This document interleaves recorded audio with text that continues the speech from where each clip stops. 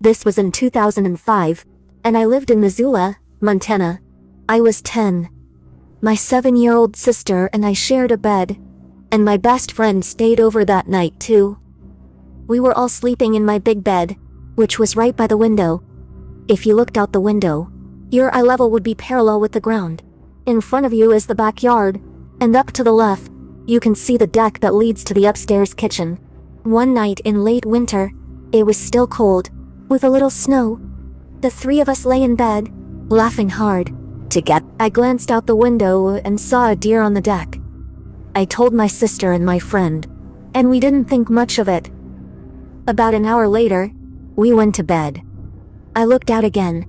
The deer was still on the deck, but now I saw 2 green lights glowing. I showed my sister and friends. They saw it too. Suddenly it moved. It was clearly not a deer, but a person. But we could only see the silhouette. It looked like the person was facing our kitchen door and window. We kept staring at the person.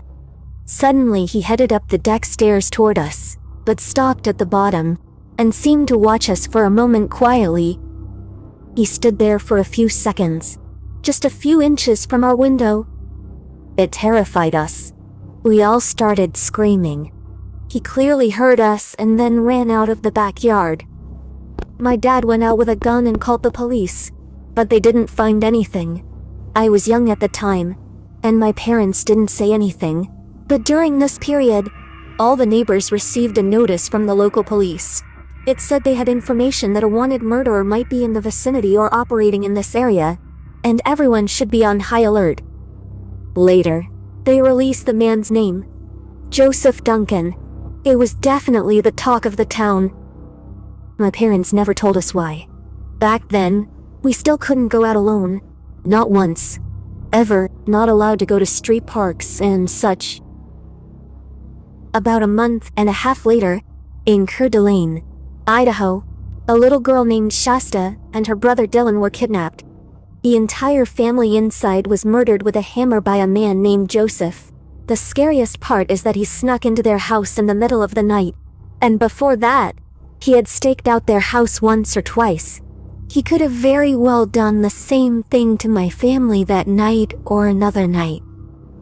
He did horrible and unspeakable things to the children, eventually killing the little boy. He tortured that poor little girl until they were found at a Denny's restaurant. My dad and I saw the news report in our hotel room while we were on vacation. My family was very concerned about it, because we are pretty sure that man was at our house that night. And there's an even more chilling detail. He used night vision goggles to stake out potential victims' houses. The 2 green glowing dots I saw on the deer must have been the reflection from the night vision goggles. So I'm even more certain it was that man.